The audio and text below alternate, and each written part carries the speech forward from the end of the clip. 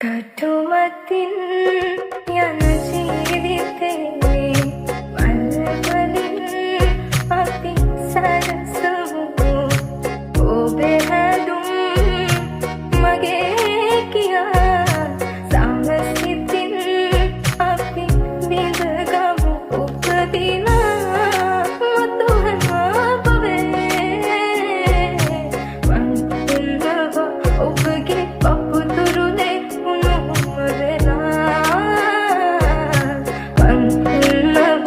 ඔබගේ පපුතුරුනේ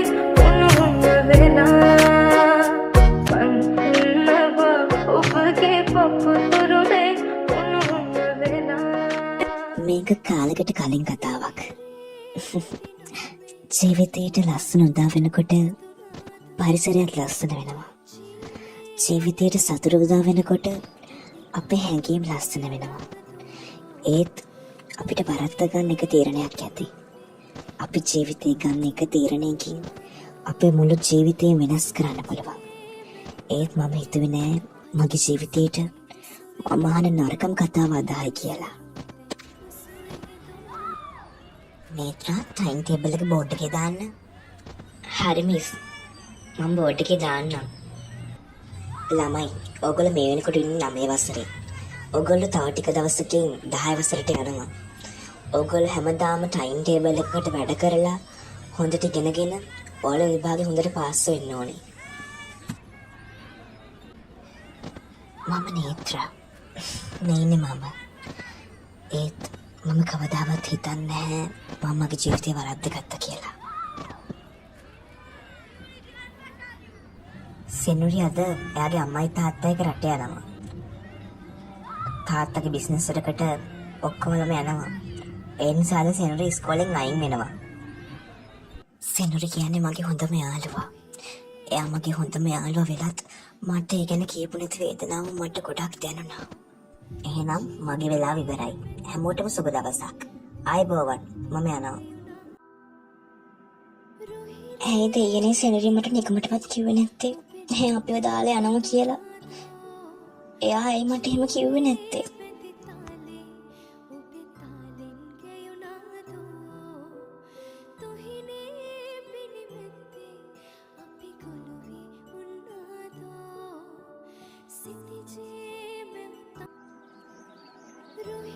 නේත්‍රා මම ඔය හැමතැනම හෙව්වා.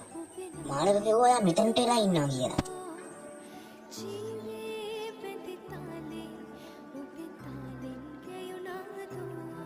මොකද නේත්‍රා මේ ස්තේ රතු වෙලා?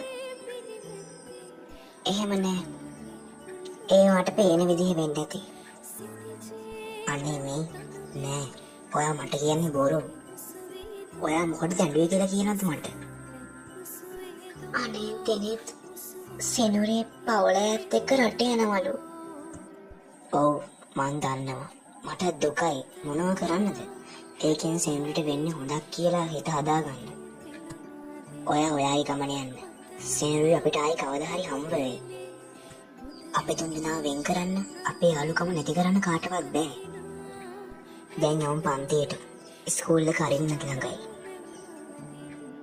දෙනෙත් thank you. මගේ හිත හදනවට.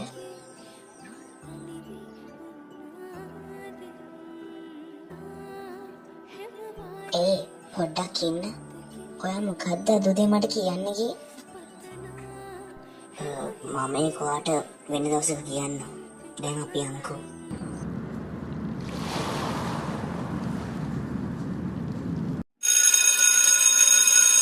නේත්‍රා ඔයා මාත් එක්ක තරහයිද?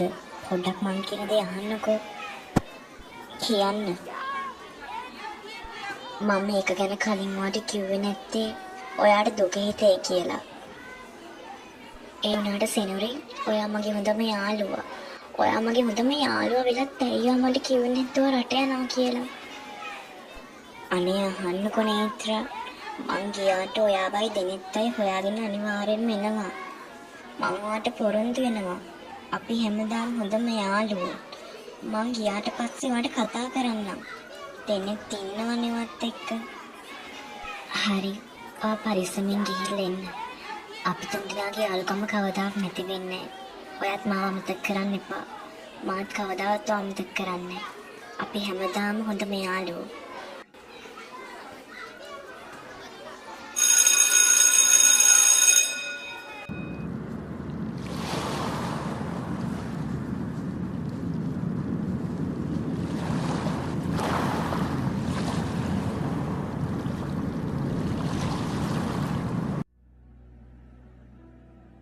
චූටි දෝනි මොකද මේ මූණ ඉල්ලගෙන මොනවද ඔය විතරක් කල්පනා කරන්නේ? ඉරි පවුලේ ඇත්ත එක්ක රට යනවලු. අම්මේ එයා හිඳලා ඉගෙන ගන්නවලු. අද හයිස්කූල් එකෙන් අස්සුණා. මට යන්න නැතුව හරි පාළුයි. මට තාමත් මේක දැනෙන්නේ හීනයක් වගේ. මට තේරෙනවා ඔයාට කොච්චර දුකයිද කියලා. ඔය තුන්දෙනා ඉතින් හැමදාම එකරනේ හිටියේ. සෙනුරි ආයිමත් ඒ දෝනි. එයත් ඒ හොඳට ඉගෙන ගනි. ඔයත් හොඳට ඉගෙන ගන්න. සිනුරි ආයෙත් ආවට පස්සේ ඔයාටත් පුළුවන් එයත් එක්ක රට යන්න.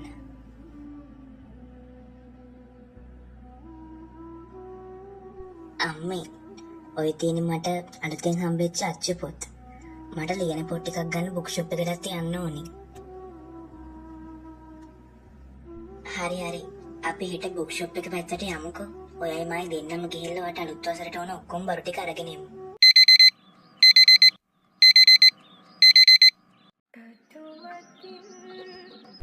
දෝනි කොහමද? දෝනි බලන් හිටී මං එනකන් නේද? ඔව් බාප්පේ මං බාප් වෙනකන් තමයි බලන් හිටියේ. ඔන්න මං දුවට චොකලට් එකකුත් අරගෙන ආවා. Thank you බාප්පේ. බාප්පට මතකද බාප්ප මට පොරොන්දු වුණා අද ආවට පස්සේ අපි පන්සල් යනවා කියලා. හරි ලෑස්ති වෙන්නම හවස් වෙලා අපි පන්සල් යන්න. බාප්පා දැන් දිගටම මෙහෙ දින්නේ. ඔව් පුතේ දිගටම මං දැන් මෙහෙ තමයි ඉන්නේ. දුව ඉස්කෝලේ ගිහින් දාන්න මම එන්නම්කෝ. ඒ මගේ බාප්පා අම්මයි තාත්තයි පස්සේ මගේ ජීවිතේ මම වැඩිපුරම ආදරේ කරේ මගේ බාප්පට. මගේ බාප්පා මාත් එක්ක ඕනේ දෙකට ඉන්නවා. ඉතින් අපි බිඳගමු උපදිනා